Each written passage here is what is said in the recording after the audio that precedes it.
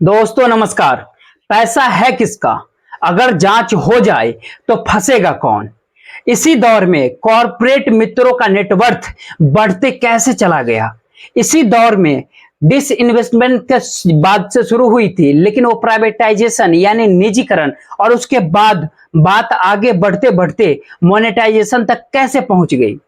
इसी दौर में पीएसयू कौड़ियों के मॉल कौन खरीद रहा था और बेच कौन रहा था। इसी दौर में एनसीएलटी के जरिए कितने लाखों करोड़ों का खेल इस देश में कानून के दायरे तले होता चला गया और किसी ने छू तक नहीं की, क्योंकि वह कानून का दायरा भी एक को लाभ पहुंचाता था तो दूसरे को देश को हानि घाटा पहुंचाता था। इसी दौर में जो सिस्टम पूरा बनता चला गया उसमें सेल कंपनियां लाखों के तादाद में बंद होने का ऐलान खुद प्रधानमंत्री ने किया।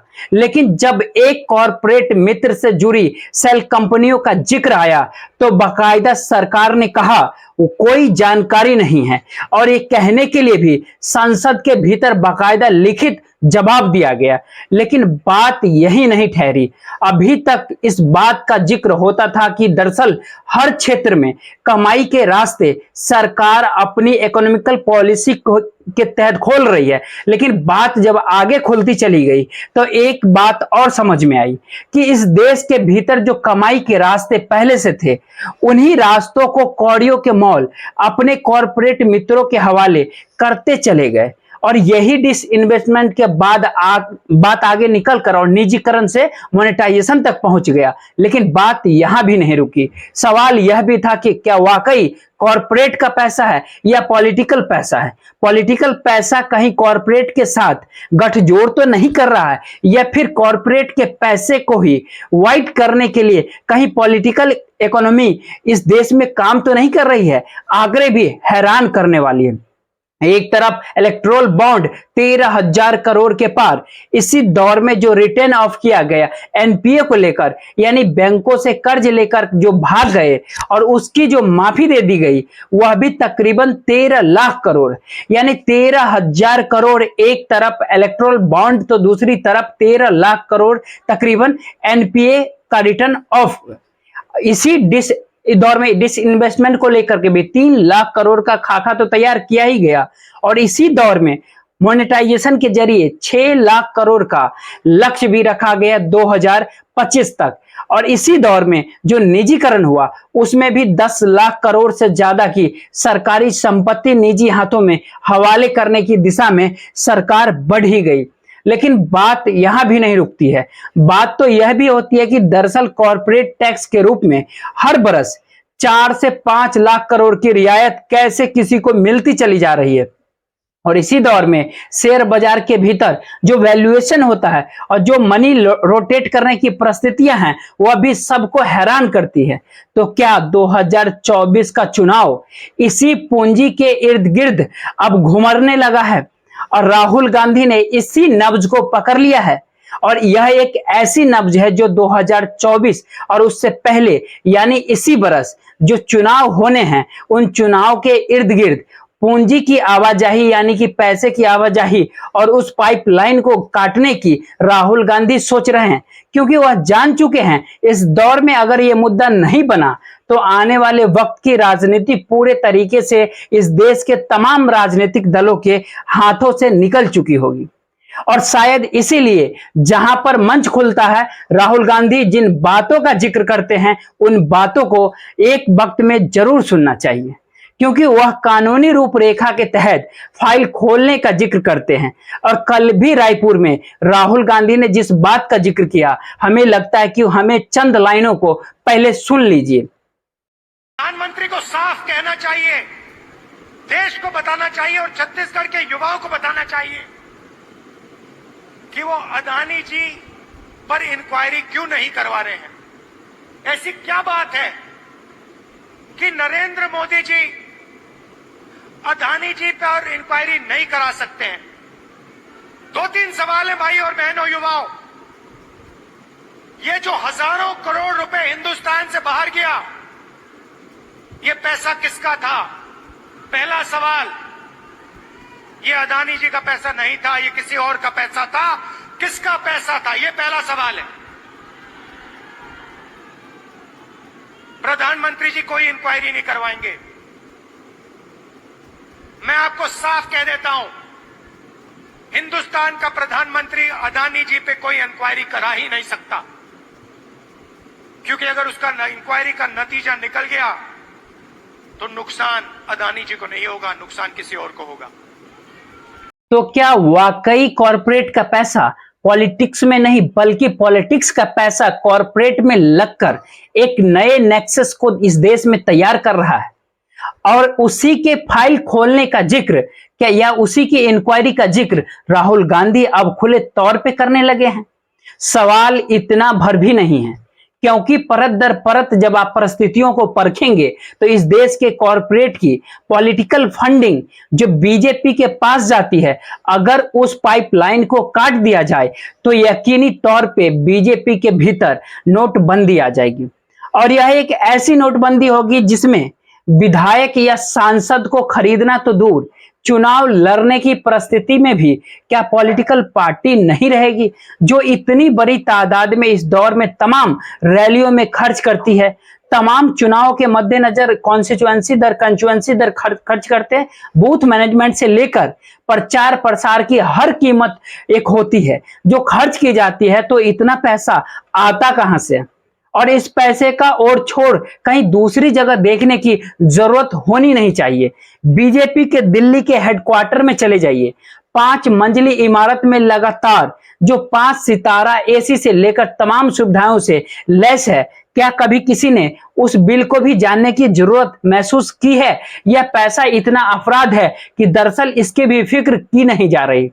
यह सवाल अब इसलिए महत्वपूर्ण है क्योंकि कहीं ना कहीं अडानी इस दौर में राहुल गांधी के हर भाषण के साथ अगर जुड़ा है तो पहली बार उसके पॉलिटिकल एंगल को भी खुद राहुल गांधी बताने से चूक नहीं रहे हैं।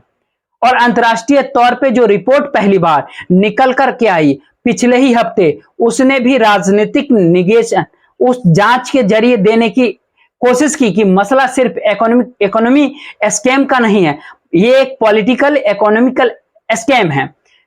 शायद आप रखना टटोलना शुरू करेंगे तो स्कैम का मतलब उस पूंजी से जुड़ा हुआ है जो पूंजी सही मायने में रेवेन्यू के हिस्से तक पहुंचने पाती है, टैक्स दिया नहीं जाता है, राहत रियायत मिलती चली जाती है, अन्य अकाउंटेंट मनी होती है, कोई उसके बारे में जानता नहीं है। और इसकी शुरुआत अगर ध्यान दीजिए तो इलेक्टोरल बॉन्ड से होती है।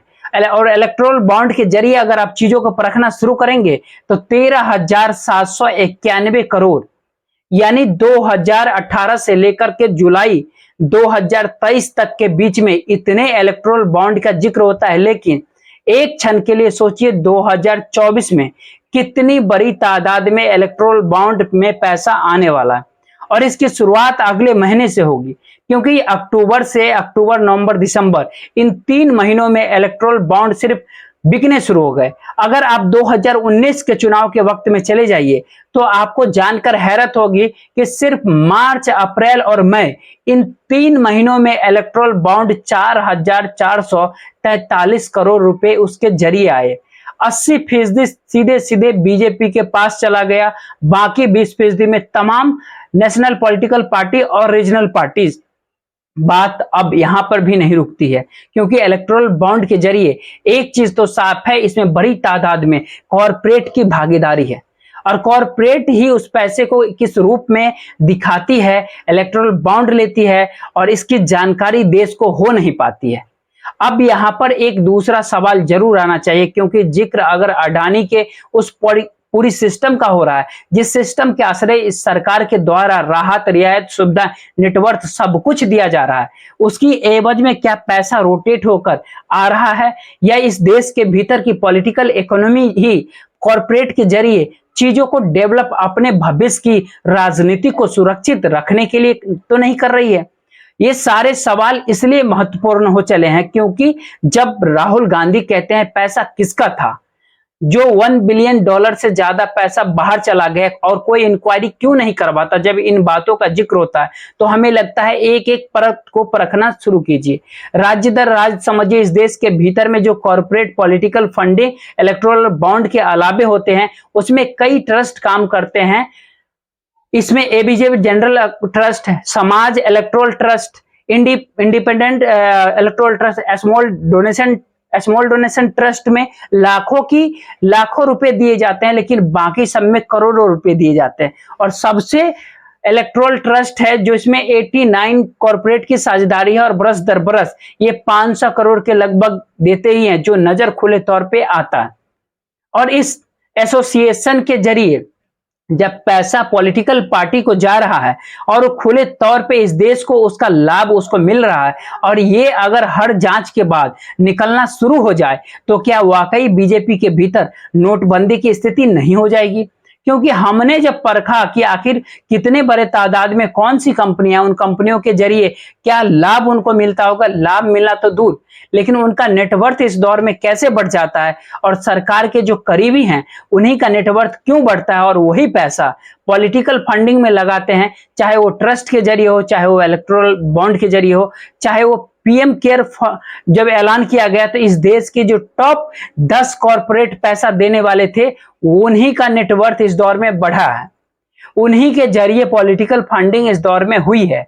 Association for democratic reform India की एक रिपोर्ट बहुत साफ तौर पे बताती है कि किस तरीके से हर जगह के कॉर्पोरेट का पैसा बीजेपी तक पहुंचता है। अगर सिर्फ गुजरात के कॉर्पोरेट का जिक्र करें तो उनकी संख्या जितनी बड़ी तादाद में है उसमें 163 करोड़ रुपए बीजेपी को देते हैं, 11 करोड़ रुपया कांग्रेस को देते हैं, और ये हिस्सा 2016 से 21 के बीच का है, सिर्फ गुजरात के कॉर्पोरेट का। लेकिन बात सिर्फ गुजरात की नहीं है, बात तो उसके आगे की है, जिसमें यह भी नजर आया कि एवरेज के तौर पे चाहे वह अंबानीज का जिक्र हो, अडानीज का जिक्र हो, भारतीय डेल का जिक्र हो, चाहे इस दौर में जो मित्तल डिजाइन है, जो इंजीनियरिंग सेंटर प्राइवेट लिमिटेड है उसका जिक्र हो, निप्पॉन एस्टिक का, अलग अलग तरह से कॉर्पोरेट का जो डोनेशन है वो बहुत साफ तौर पे बताते हैं कि कितनी बड़ी तादाद में पॉलिटिकल फंडिंग होती है।